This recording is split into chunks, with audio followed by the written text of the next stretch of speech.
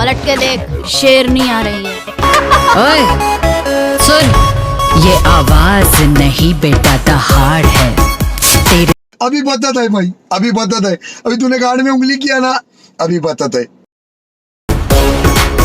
मुझसे टकराने से भैया आप सभी को तो मालूम भाई कौन स्टार है, तो मैक फेंकनी स्टार। तो जैसे ही पोस्टर आई, पटना के लड़की हैं जो कि पोस्टर पर दिखा था साफ साफ, हाँ बहुत ही अच्छा और सुटेबल गाना हुई, बहुत बवाल मचली है गाना के आगे से पहले टीजर भी आइला तो बहुत ही अच्छा बवाल मचले से धूम मचले से कि रुतबा वाला सारा सिंगर अपन अपन सॉन्ग लेके आ रहल बनन। तो अक्षरा सिंह शेरनी कहे जाए वाली पीछे कहे रहस, ये भी एगो रुतबा वाला सॉन्ग लेके अइली, लेकिन ऐसन सॉन्ग लेके अइली, ऐसन सॉन्ग लेके अइली, ऐसन एकरा के प्रचार करली कि आते आते यूट्यूब वाला प्लेटफॉर्म पर सीधे फ्लॉप हो गई।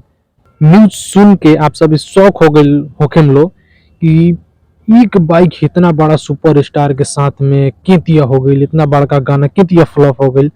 तब बात कहता नहीं हीरोइन एक्ट्रेस के, तो एक्ट्रेस अपना लिमिट में रहेला, उहे गाना चलेला, उहे फिल्म चलेला। लेकिन इनमें पावरफुल जो ना कहल जाला, जन की पावरफुल एक्टिंग में देखा दल बा, पूरा एक्शन से भरपूर एक गाना का बना दिया गया फिल्म। तो ये तिया करके भोजपुरी इंडस्ट्री में ना चलेला, और यही कारण ई गाना के मात्र 12 घंटा में 1 लाख व्यू मिलल बा। एकर मेन कारण इहे बा, ना गावे के लूर, ना बढ़िया से एक्टिंग करे आवेला। ओहू में अब तू हीरो बन जइबो तो खेसारी या पवन आ निरहू ई का करिलो, इनकरा तो पैर पर तू डायरेक्ट पेट पर लात मारतारू। पवन सिंह के दया दृष्टि से सिंगर बन गइलू, एक्टिंग सीख ललू, मानता नहीं तारा में एक्टिंग कुछ बा, लेकिन ओवर कॉन्फिडेंस वाला एक्टिंग मत कर, गाना तो फ्लॉप करा दलू। इतना बढ़िया साफ सुथरा गाना, रैप सिंगर कहिया बन गइलू है, रैप सिंगर जा अभी स्टेज पर माइक फेंक ई सब कर, रैप बन गइलू। सुटेबल अक्षर भोजपुरी में बोले नहीं खिया तो तू रैप वाला सिंगर बन गइलू है।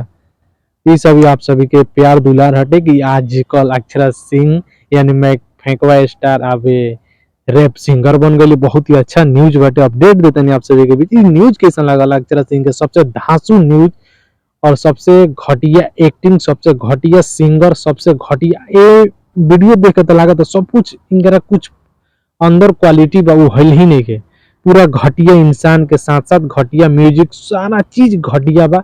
लेकिन एकरा के अपना प्रचार सरचार पे एकरा के बम ब्लास्ट वाला सॉन्ग बना दिया गइल बा, वायरल सॉन्ग बना दिया गइल बा, ब्लॉकबस्टर सॉन्ग बना दिया बा, लेकिन अंदर एक टाइप के सॉन्ग के अंदर कुछ भरल ओरल बाना।